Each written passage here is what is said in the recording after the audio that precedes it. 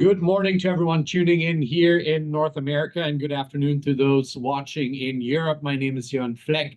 I'm the Senior Director of the Atlantic Council's Europe Center, and I'm delighted to welcome everyone here today for this discussion on what to expect from Germany's incoming government. Earlier today, on May 6th, Friedrich Merz was sworn in as Germany's 10th post-war chancellor after formality of a vote in the Bundestag, is what I would have said if things had gone the way most Germany watchers expected it to go, but not without some uncharacteristic drama for German politics these days. Those of us in Washington woke up to the news that in a historic first, Friedrich Merz failed to secure enough support in the Bundestag in the first ballot, a historic first for post-war Germany, with Merz gaining only 310 out of 316 necessary votes. That makes for a minimum of 5 detractors from his own coalition parties, combining to 328 votes. We are waiting. I think the votes in the Bundestag, a second vote has just concluded. We're waiting to hear the outcome during this event, and we'll keep you updated. So it is not without some poetic element that Merz is still to clear one last unexpected hurdle of another vote as part of his decades-long push to become Chancellor of Germany.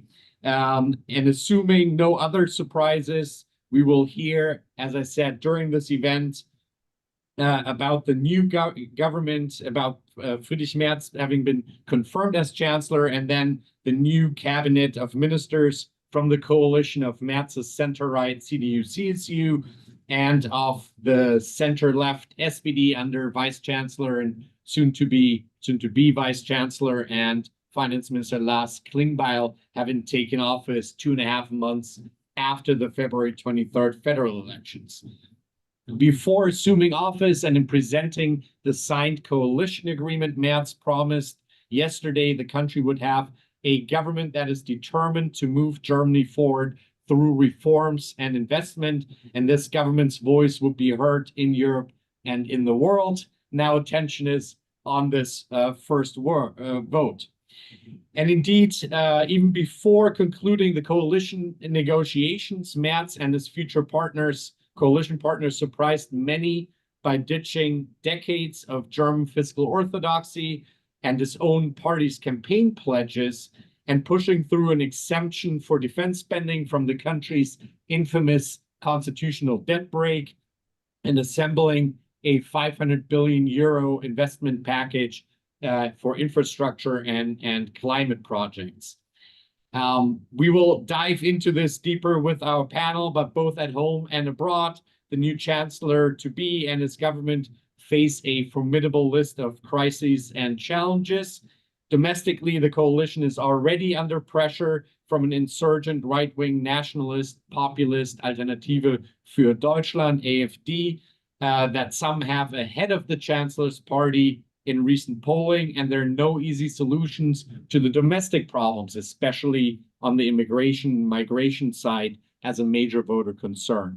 On the economic front, the economy will require massive reforms, while Europe's former powerhouse is facing yet another year of zero growth, and not to speak of the formidable challenges Berlin is facing from Beijing's new technology players that pose challenges to key sectors of the German business model. And on the foreign and defense policy side, bigger problems await from relations with the United States under a second Trump administration, the future of support for Ukraine, and Germany's ability and willingness to step up in a rapidly changing European security environment.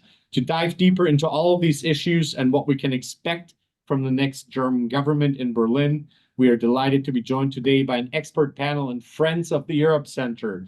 We have Sophia Besch, Senior Fellow at the Europe Program at the Carnegie Endowment for International Peace. We have Shaheen Valeh, Senior Research Fellow at the German Council on Foreign Relations, or DGAP, coming to us from Paris this time, but normally in Berlin. and Rachel Rizzo, our very own non-resident senior fellow at the Atlantic Council's Europe Center. A huge welcome into this very dynamic situation. For our virtual audience, please submit your questions at askac.org, and follow along the conversation on X, YouTube, and across social media. I will come to those questions in the second half of our event. Let's start with you, Shaheen, from Europe. Maybe give us a sense of the mood you're sensing from Berlin now, especially after this historic incident of Merz not winning the first round of the confirmation vote. And tell us a little bit perhaps about what you think the impact of the Bundestag's first round 9 to confirming Friedrich Merz, both domestically and internationally, we can also see in what it means for the ability of this next coalition government to really address the major challenges that are facing Germany domestically and on the foreign policy front. Thank you, and thank you for your introduction. I don't think you could have picked a better time to host this panel. To be fair, I think this is a real blow. I don't think a blow that will leave lasting scars, but it's certainly not a great start to botch a first vote like this one. Especially because Merz was already kind of projecting and planning for an intense week, which was meant to be moving beyond the coalition formation and sort of German politics onto the European stage. I know that Macron and Merz have been working quite hard over the last few weeks on a joint Franco-German declaration. There was a joint Merz-Macron op-ed in the pipeline, which was meant to be issued in the coming days. In fact, Merz was supposed to fly to Paris and then to Warsaw as early as tomorrow. It remains to be seen whether that trip is maintained as it was. But so I think it's when the chancellor wanted to start his mandate with a bang, he's starting with a European bang. He's starting with a different kind of bang, and that's probably not the best way to start. I think it says also something, and that may be a bit more concerning for the medium term, about this coalition and how fragile it may be. What has been, I think, striking over the last few weeks since the election is still the strength of the AfD in the polls, the relentless strength of the AfD in the polls, which contrasts, if I may say so, with, I think, far-right or right-wing populist movements globally, whether, we've seen the results of the elections in Australia or in Canada, who have been really on the back foot and kind of suffering from sort of the Trump effect. It doesn't seem to be the case yet, at least in Germany with the AfD. So I would tend to think that this, highlights a fairly precarious political situation in Germany, and one that should not be ignored. And it's particularly striking because Merz had, I think, started, I would say his mandate, but in fact not even his mandate, that started right after the election with a very bold move. And you've mentioned it, Jorn, the decision to try and seek a constitutional amendment before even taking office. And at the time, I have to say, I had thought this was an unnecessary, bold move. And, the vote of today may suggest that Merz was right. Merz was right to rely on the previous parliament to amend the constitution where there was a guaranteed two-thirds majority for a constitutional amendment, rather than to wait for this new parliament and to try and secure it under this new parliament. Maybe if there's one thing that this early vote tells us, is that majorities will be hard to come by, and two-third majorities, which will still be required if Merz wants to change the constitution again, will be difficult too. I'm insisting on that because one tiny part of the coalition agreement, to which I happen to pay a lot of attention, left the door open to further constitutional amendments. There will be an expert commission approved in the coming weeks, and that expert commission is meant to make recommendation to the coalition for a further, reform of the constitutional debt brake. So I think that will probably be hard to come by.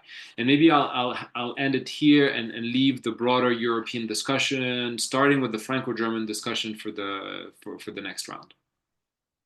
Thank you, Shaheen. We will absolutely pick up on a number of points you already mentioned. I want to go to Sophia and ask you, Shaheen already put it as, what does this first round loss in the votes for confirmation as chancellor for Friedrich Merz mean, or what does it say about the coalition? What does it mean for the coalition's ability to really drive forward that bold agenda? I mentioned some of the quotes from Friedrich Merz yesterday, not just on the domestic front, but also of Germany coming back in a leadership position, driving an ambitious agenda on the international, on the European Union front. Give us your take, Sophia. Sure. Thank you, Jan, and thanks for having me again. So there's a lot, of course, that we don't know yet about this vote. I have two sort of main takeaways for the international sphere. The first is that the promise of this coalition under Merz on the international and on the European stage was a more united government, right? The Scholz coalition was internally so divided that it did not have much bandwidth for foreign policy. We often had opposing statements from the chancellery and the foreign ministry. They were infamous in Brussels for the German vote, so the German delegate having to abstain because there was no agreement in Berlin. Merz designed over the past weeks his government for ultimate unity on the foreign policy front by making the foreign minister a loyalist with a relatively low profile, instituting a new national security council in the chancellery, decreeing interministerial coordination meetings on EU questions. What the vote today shows is that there might not be stability after all, and that for all of his foreign policy ambitions, there's a risk that Merz, like his predecessor, like Scholz, is going to be undercut by instability at home. And the second takeaway for me is on Zeitenwende. The Merz government to sort of framed itself as the political executor of the Zeitenwende that Scholz has merely announced. We had the Zeitenwende announcement, and then it stalled for a myriad of reasons, chief among them the reassurances from the United States.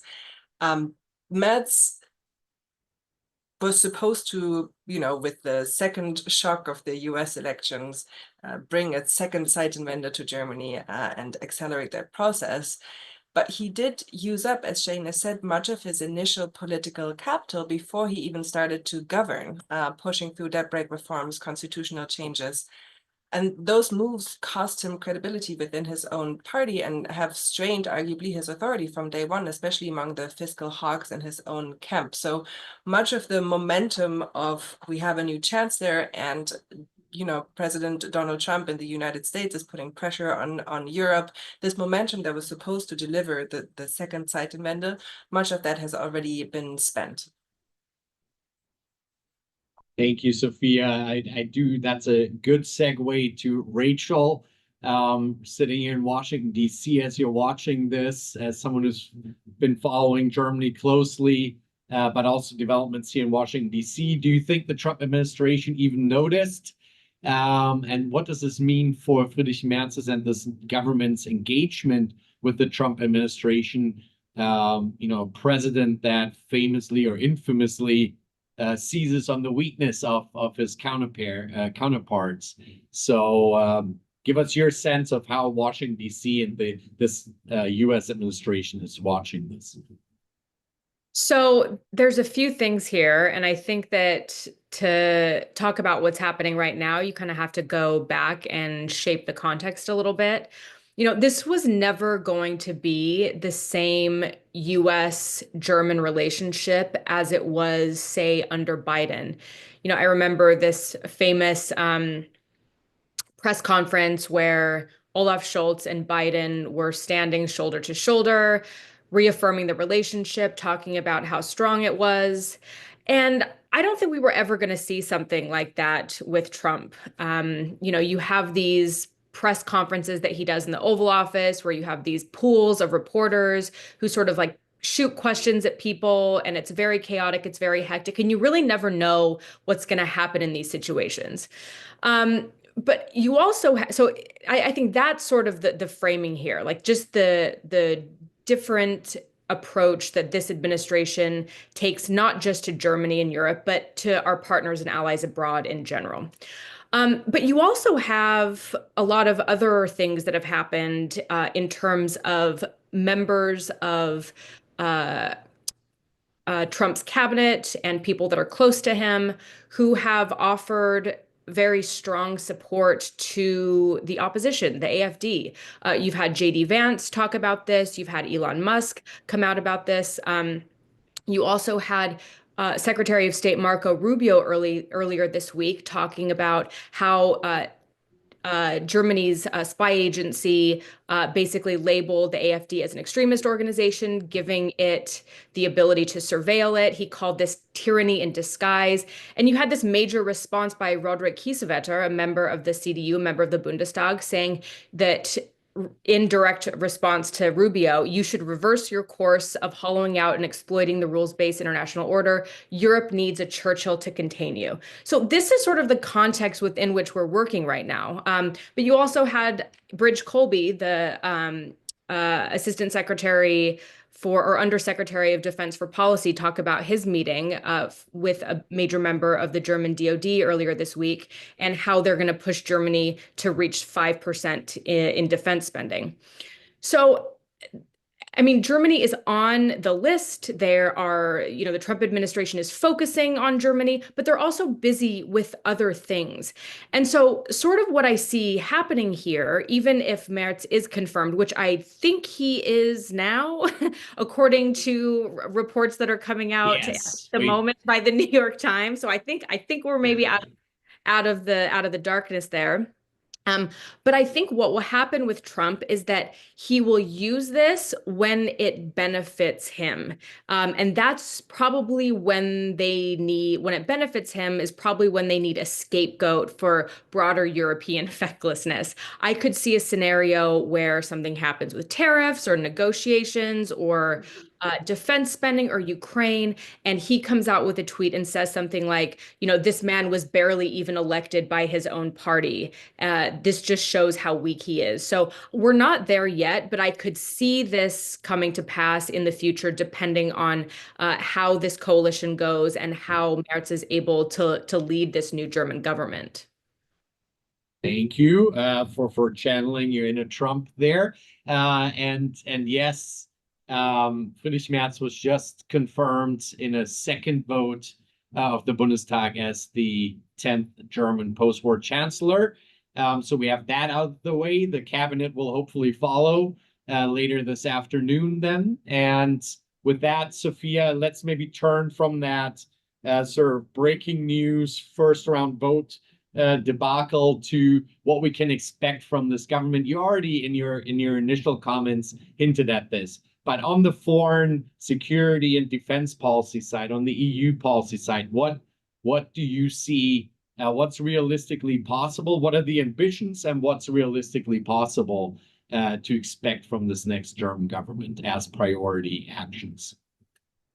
Yeah, it's a big question. I'll try to be as concise as possible. This is a very ambitious foreign policy chancellor, and a chancellor who sees himself as a true European.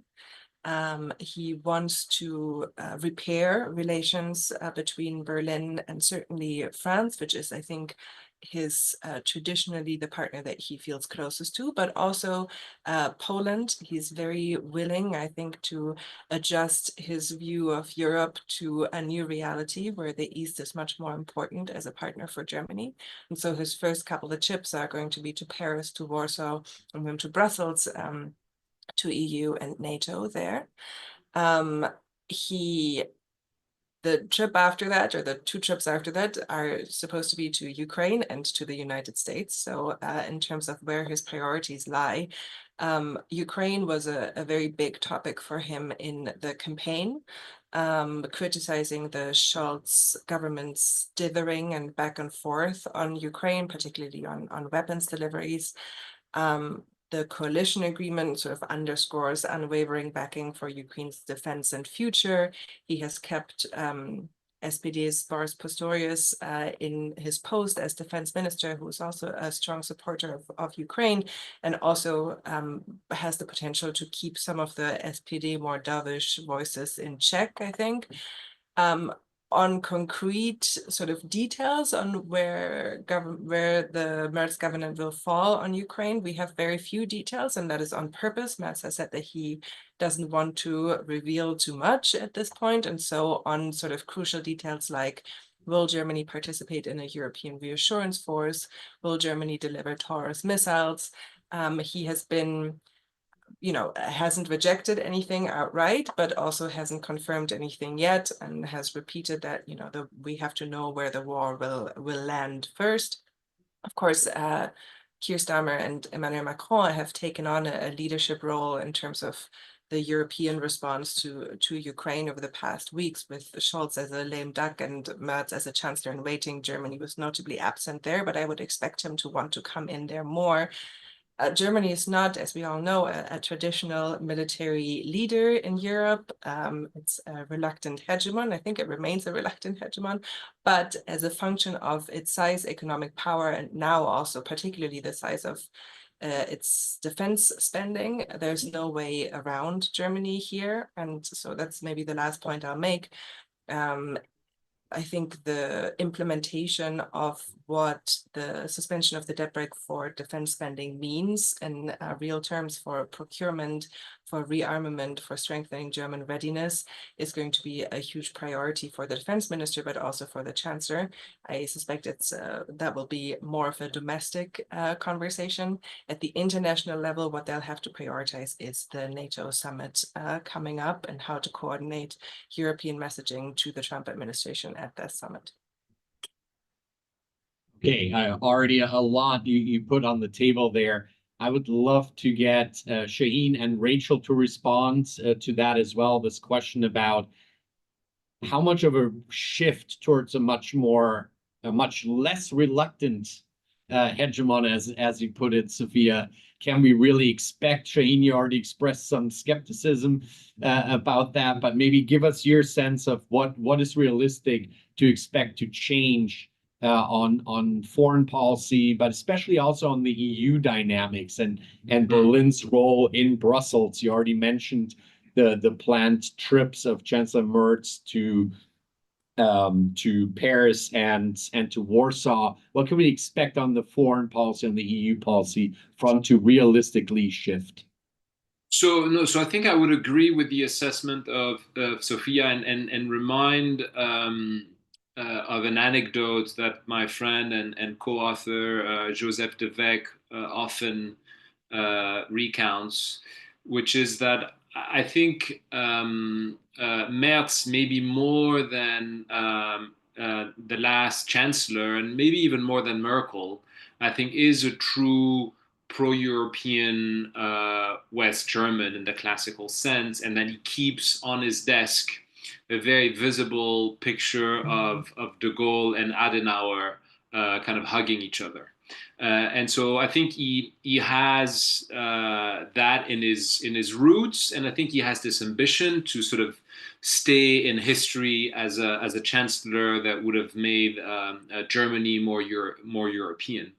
And so from what I understand, over the last few weeks, there's been intense conversations between France and Germany, starting with actually conversation which by German standards are pretty historical, which are talking about nuclear deterrence. And I don't know if this was well spotted, but basically President Macron, just 4 days after the German election, gave a small speech in Paris saying that he was open to discuss the European dimension of France's nuclear deterrence, and that he was prepared to discuss that with European allies, then flew to Berlin, had private meetings with Merz, and a few days later, paid a visit to a military airbase in Luxor-Saint-Sauveur in Saint-Sauveur in the eastern part of France, at the border with Germany, and announced that this airbase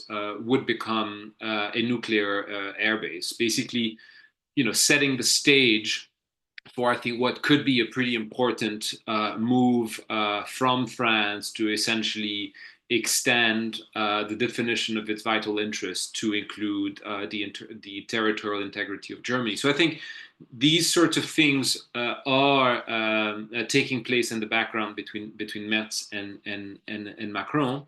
And I think they are both preparing for what I imagine could be a great leap in European integration. I think the NATO summit that was mentioned could be an important step in that process. I think during that NATO summit, it is very likely that European governments will be compelled to announce new commitments in defense spending growth. And I think it's very likely that these new commitments will only be able to be met with a larger common European debt funding instrument to finance it. So I think we're talking about these sorts of very big military, defense, fiscal and political steps being discussed in the background. And I think the big question is, will Chancellor Merz find the resolve and the political majority to do that?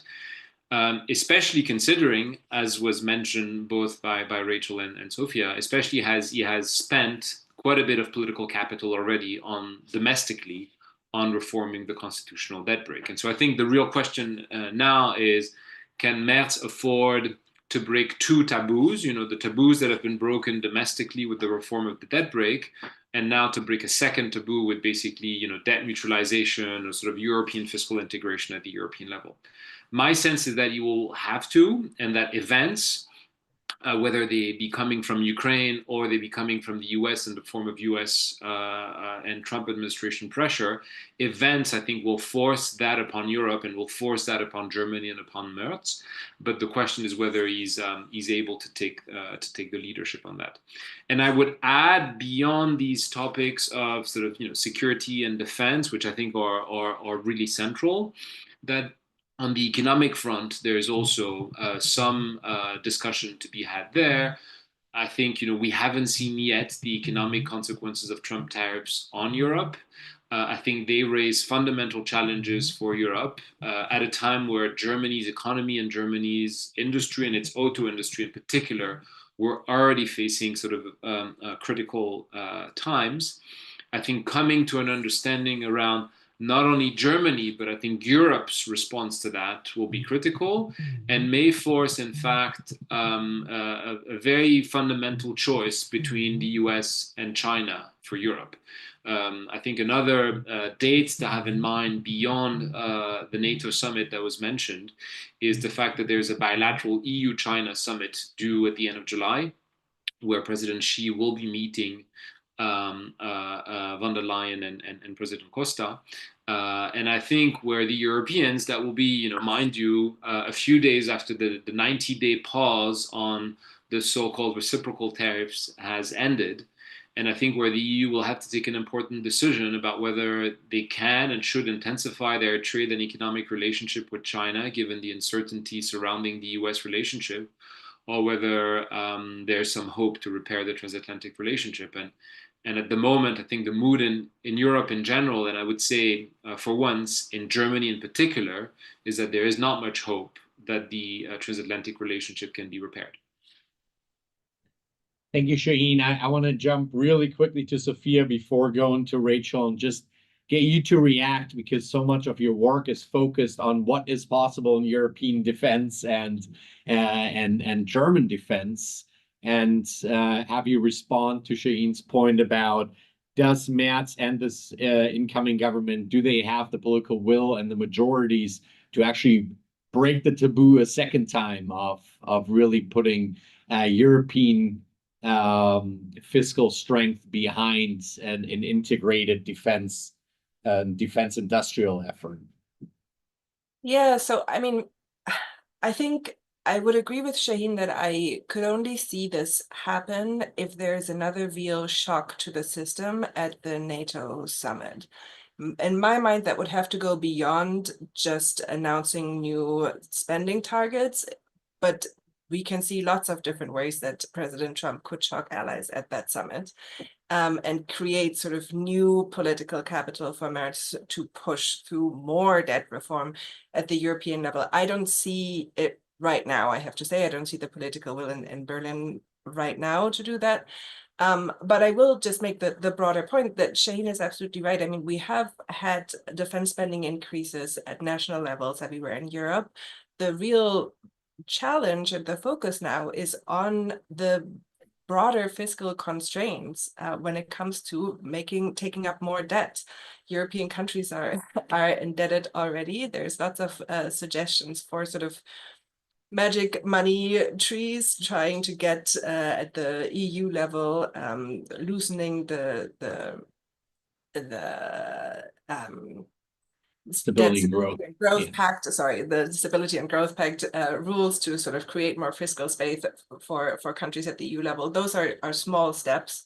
A EU level funded debt for defense would be much more helpful. Otherwise, I think countries are going to have to, and including Chancellor Merz, are going to have to start addressing the problem that you will have to start having the guns versus butter discussion in Europe. If you don't create money, then you're going to have to start raising taxes. You're going to have to start shifting money from social spending to defense. And what countries, national leaders and EU leaders are currently trying to do is to delay that debate, and rightly so, because there is so much pressure already from the far right and the far left. There would naturally be pushback to sort of doing these other measures to get to more money, but we will have to get to more money. And it's not currently in the budgets, the kind of defense spending targets that we will likely face if the United States, or I should say when the United States withdraws from its current role as security guarantor of Europe. I want to take that to Rachel, but first of all, just quickly remind viewers that you can ask your questions at askac.org. That's askac.org. But Rachel, maybe I can get you from Washington, D.C. to respond to what you just heard from Sophia and Shaheen, and link that maybe up on the European, on Germany's role in European security and defense, the expectations, and what you think this government can already take away from the first 100 days of the Trump administration, lessons learned, impressions and insights that this government should keep in mind as it thinks through these questions on Germany stepping up on European defense. Yeah, absolutely. So there are a few things here, and I agree with everything that Shaheen and Sophia have already said. I also think the degree to which Germany will be able to really shift its position on things like security and defense depends on how much they're willing to believe and understand that this second Trump term is not just another blip in the radar of US politics. I think this second Trump term highlights that whoever comes after Trump is not going to be potentially running on a platform of fixing the relationship with Europe the same way that Biden did. And I think that's where we really ran into a problem. I know I harp on this Biden messaging a lot, but I do think that part of the reason Europe finds itself where it is today is because Biden and some of his top advisors led the Europeans to believe that what happened in the first Trump term wasn't necessarily an aberration in US politics, but it certainly was an aberration in how the US orients itself towards and with Europe. And I think that it's true that what happens now is certainly reversible, but I wouldn't tell the Europeans to bet on that. I do think we have gotten to a point in the U.S. political system, in how the U.S. geopolitically orients itself, where there's no going back to how things were between the United States and Europe, which means the degree to which Europe is able to step up and defend itself and provide for its own security depends on how much they believe that. And that, I think, is still an open question. I think for Germany, there's and Jorn, you and I have written this and talked about this idea of leading from the middle.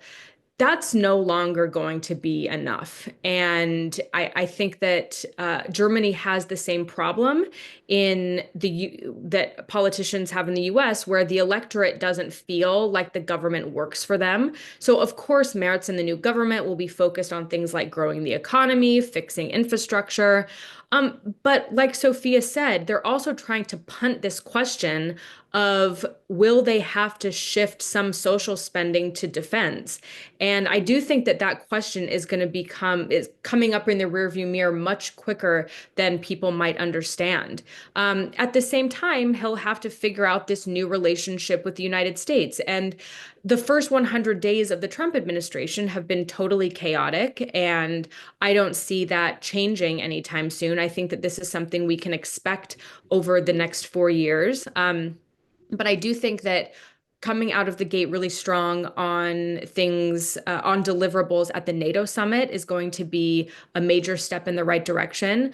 I don't know that there's a world that exists where Germany is spending 5% of its GDP on defense.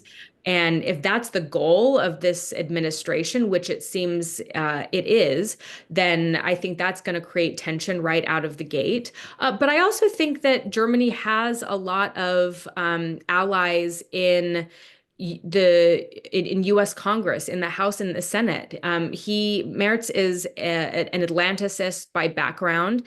This positions him well, I think, to directly engage with not just Trump and his advisors, but also doing quiet diplomacy on the Hill, not him specifically, but top members of the Merz cabinet and Merz's advisors. So kind of avoiding these public confrontations while quietly rebuilding trust with U.S. Congress, I think, will be a good approach that they could take. But I also think it kind of depends on how things play out domestically over the coming weeks and months. And I think that's still an open question. Very much an open question after what we saw this morning. Sophia, I know you wanted to come in on this question of German leadership at the European level. I also want to add a half a question on, I know there's been a lot of focus of sort of German experts on foreign and security policy about some of the innovations, even if they come late, proposed in the coalition agreement for a national security council, greater interministerial coordination for EU decision-making within the German government. You mentioned some of these, a crisis center, the first time in many decades that the Foreign Office is in the same hands as the Chancellor's party, the chancellery. Give us a sense. So first, you wanted to come in on European leadership, but also would like you to give us just your quick reaction on how much of a difference will these innovations really make for German leadership? Sure. I mean, just on the European leadership question, I'm starting to think that it is not the right way to think about it anymore. I think that we're going to be perpetually disappointed if we're forever hoping for Germany to step into the role of a European hegemon. I don't think that Germany wants to do that. I don't think that German defense and security normalization looks like Germany becoming another France or another UK. I don't actually think that with the United States withdrawing from its role as hegemon, for lack of a better term, security guarantor in Europe, I don't think that the future is going to be any one European country stepping into that role. I think that there is going to be different coalitions of leadership, different institutional arrangements, and we don't know yet what the final sort of architecture will look like, but if I had to place bets, I don't think it's going to be Macron as the new Biden, the UK as the new US, or Germany as the new United States. So just on that question of leadership, I think we have to start, if we start thinking about European strategic autonomy without the United States, then we have to start thinking about European conceptions of leadership rather than US conceptions of leadership in Europe. And just on the institutional innovations, Jan, I mean, you named them all, I think. I think that I would want to refrain from being cynical. I think it's a good thing that they're here. It's a great thing that we have a National Security Council now. Of course, we don't know yet how it will work in practice. I hope that it can be more than just a state secretary coordination organ. I hope that there can actually be a policymaking drive coming from that institution. I think the interministerial coordination meetings on EU dossiers are a great idea to get around this problem of the German vote in Brussels that I mentioned earlier. So I would want to give them the benefit of the doubt. I would say that we should look at the institutional innovations, and we should also look at the key personnel decisions on who Merz has appointed, particularly in the foreign policy space, between the foreign minister Wadepool, who is, died in the war of transatlanticism, but also a real loyalist to Scholz and isn't going to want to try to usurp the chancellery. Scholz is really pulling a lot of the foreign policy agenda setting and decision-making power into the chancellery. He's also appointed Jakob Schroth as the head of the National Security Council. This is young, which is still special for Germany, but long-standing advisor of Friedrich Merz, who again is a strong transatlanticist, very experienced on foreign policy and defense policy questions, and who I hope will be able to drive that process really from inside the chancellery and through the National Security Council. So I remain positive and optimistic that these innovations can deliver. Note of optimism is welcome amid the volatility here that we've seen today alone. Rachel, I know you wanted to respond to this, and you've written about this as well, the need for greater what we would in DC call interagency coordination, an interagency process for the German government. Yeah, just completely agree with what Sophia was saying. I think the problem that you can run into with something like a National Security Council is it just balloons into something that's totally unwieldy. And that's, I think, what Germany needs to make sure that it avoids, because it just hinders progress and hinders decision-making rather than speeds it up or streamlines it. That's the issue that we have had in the United States for decades. There have been debates, ongoing debates about the ballooning size of the National Security Council. I think at some point it got up over 400, close to 500 people. That is not a National Security Council. That is a behemoth that can stop progress. I don't think that we have to worry about that in Germany right now, just because it's such a nascent structure, but sort of avoiding those pitfalls, I think will be really important as Germany tries to streamline this. And then I think another major question, again, just following up on something Sophia said, I agree that I don't think Germany wants to be the European hegemon, as we call it, or wants to replace the United States as the de facto leader of European security. But I think the question is, when it comes to German leadership, how willing is it to be a part of structures that are created going forward? Is it willing to be part of a coalition of the willing that provides long-term security guarantees for Ukraine or guarantees military support for Ukraine in the long term? And I think we don't have those questions yet, but the more Germany shirks from those responsibilities or says that they don't want to be a part of it, I think the harder it makes life for itself, not just within the EU or within the United States, but as a global player and as a player in the European continent as well. I know, Sophia, you have to jump a little bit early, so just really quickly on this Ukraine question, what can Berlin and this government bring to the table on Ukraine, having been absent from the conversations on the reassurance force or any major contributions to the debate around a settlement. Is there anything new, Merz? I mean, we have the perennial tourist discussion, but is there anything fundamentally new you think Germany can bring to the table under this government? What I mean, it's a question of course, there are lots of things that it could bring to the table. What do I think is realistic? On Ukraine specifically. Right, on Ukraine, even on Ukraine, I think the European reassurance force.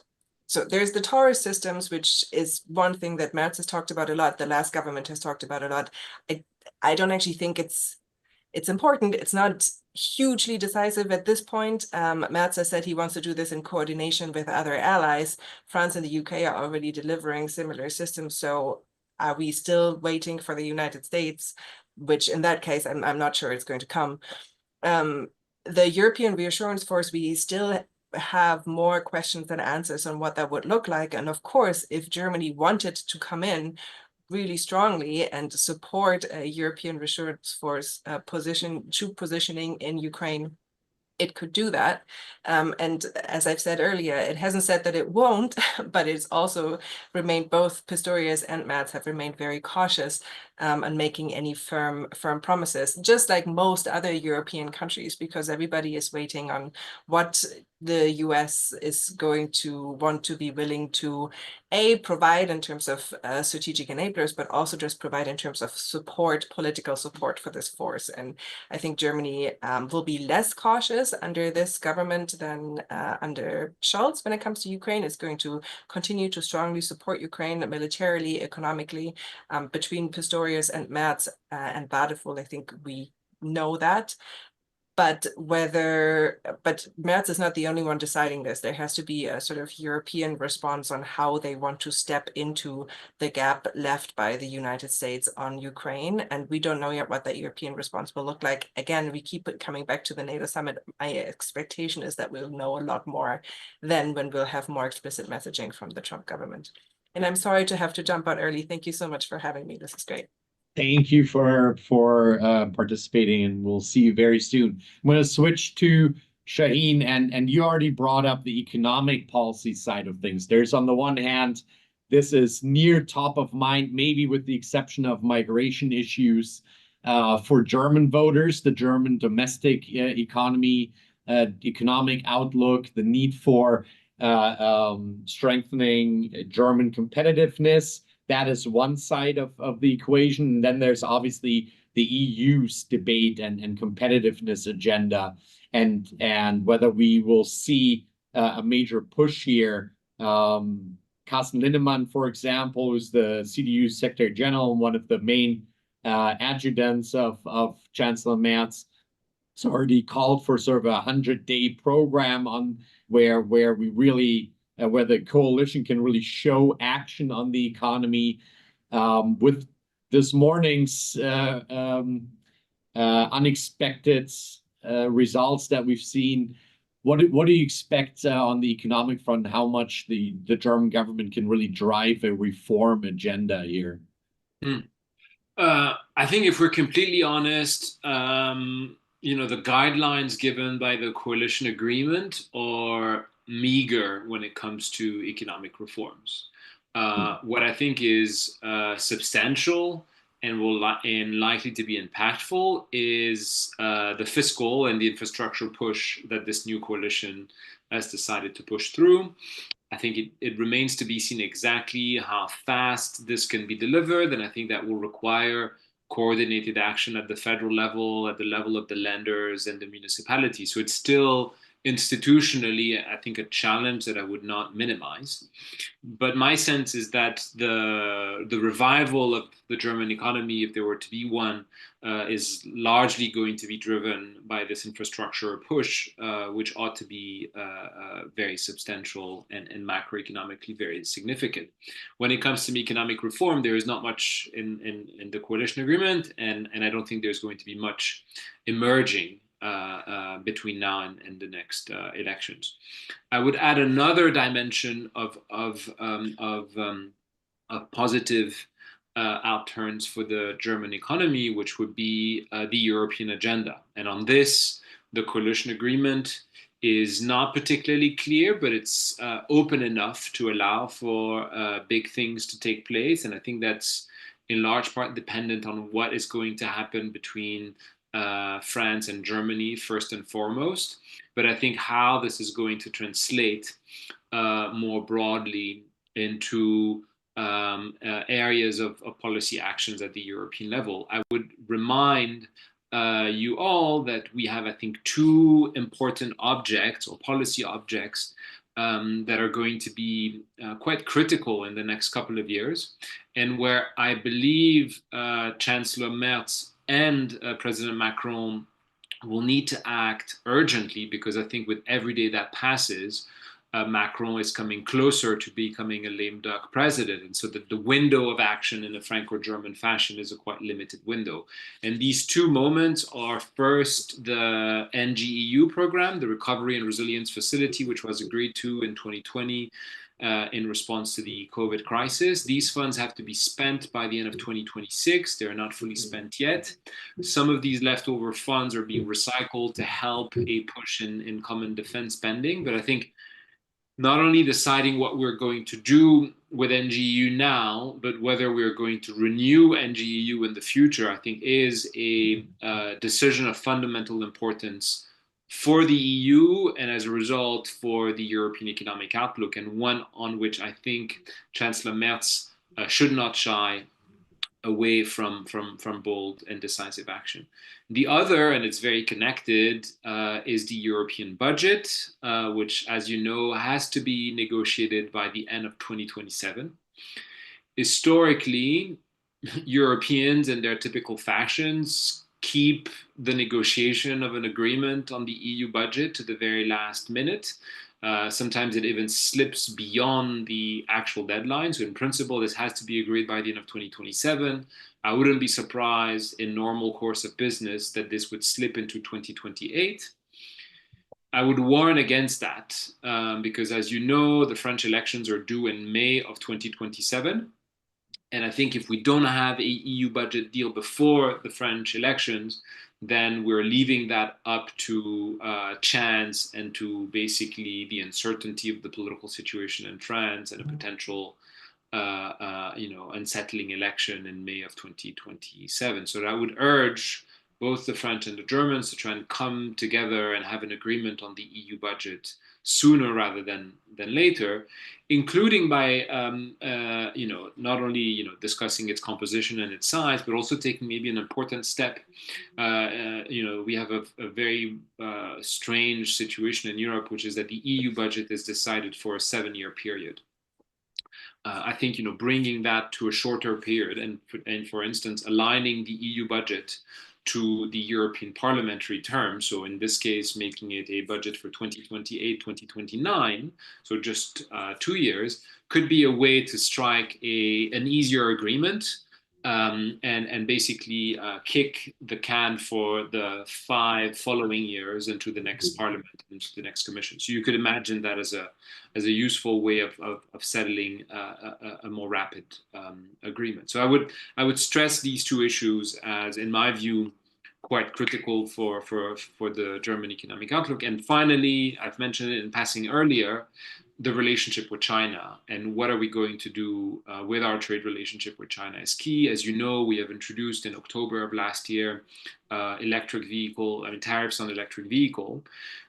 Given the high US tariffs on Chinese exports, there's a real risk that we would face quite a lot of Chinese overcapacity being dumped onto European markets. So I think we need to think very quickly and proactively about the best ways and means to address that. Are we going to impose important tariffs on Chinese goods, or are we rather going to try and negotiate a coordinated outcome in the form of quota, or as we call it in Europe, price undertakings, which is basically an agreement on price and quantities to limit Chinese exports to Europe, but in a fairly coordinated way rather than the sort of chaotic and conflictual way that we've seen coming out of DC. Thank you, Shaheen. I want to go to one audience question on that to Rachel, to that last point. How do you see the Merz government interacting with the Trump administration over China? Will it coordinate policies, take a different approach, or in between from Matthew Kennedy. Maybe just a quick reaction, and if Shaheen, you want to react to that as well.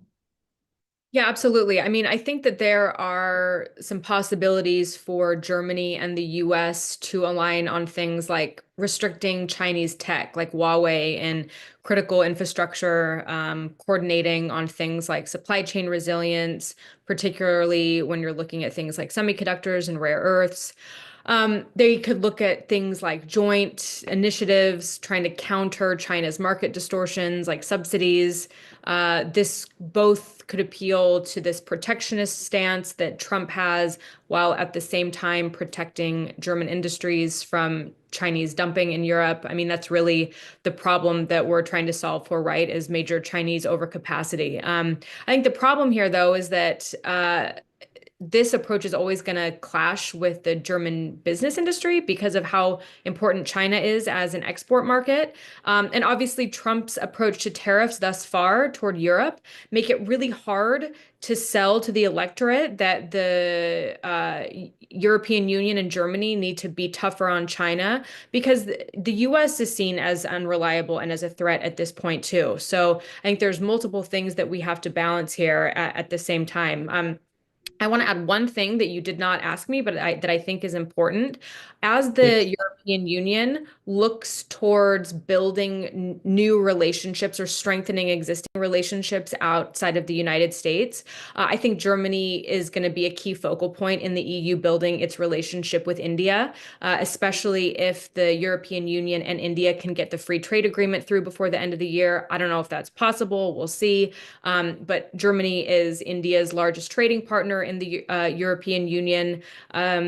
There's over 1,800 German companies that operate in India. So Modi's Make in India motto really aligns well with German expertise in manufacturing. So a lot there that Germany could lead on besides just the Ukraine, China tariff stuff that we haven't really had a chance to dive into. Thank you, Rachel. I think we could open up a whole nother discussion also with Shaheen's insights on where Mercosur is going from Paris, the EU-Mercosur deal, I should say. Not very far. Not very far. Okay, so we checked that box. I wanted to ask you both a lightning round question and really quick answer. Merz has said he will come to Washington, D.C., quote unquote, soon. What needs to be on that meeting's agenda with President Trump? Rachel. I think at the top of the list, obviously, we've talked about this for the entire hour, but what Germany is planning to do to provide for Europe's own security, given U.S. reorientation away from it, I think will be extremely important. I also think potential deliverables for the NATO summit are going to be important too. But I think because Trump looks at Germany and the EU more through an economic lens, I do think the conversation when it comes to China and tariffs and pushing back against Chinese unfair trade practices needs to and will be on the agenda there. And I think Merz has a lot riding on this visit and on his shoulders as he takes the helm as the next chancellor. Thank you, Rachel. Shaheen, you get to choose between the agenda for tomorrow's Paris meeting or the future DC meeting with President Trump. I'll do both very quickly. I think it will be important for the chancellor to mention the European response to Trump's tariffs, in particular the auto tariffs, which are critical for Germany. So I think that will be on the agenda. And I would tend to think that, understanding a bit better what Trump wants to do with NATO and what he expects exactly from the Europeans is going to be an important question. For France, I think, there's, as I mentioned earlier, there's really a critical discussion on nuclear deterrence, and Merz's body language so far has been very open to that conversation, which is pretty new in the German context.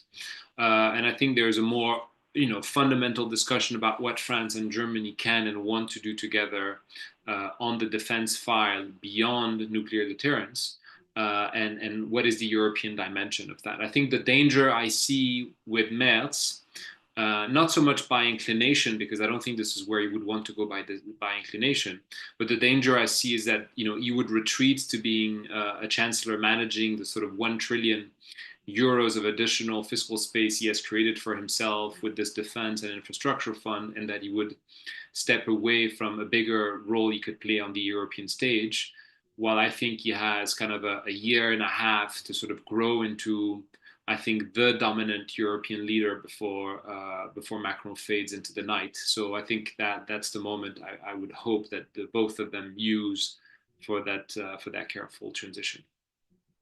Well, thank you so much to our great panel, Rachel Rizzo, Shane Ballet, Sophia Besch, for your insights during a very dynamic discussion as things were unclear in Berlin about the confirmation of now Chancellor Friedrich Merz of Germany and the incoming next German government.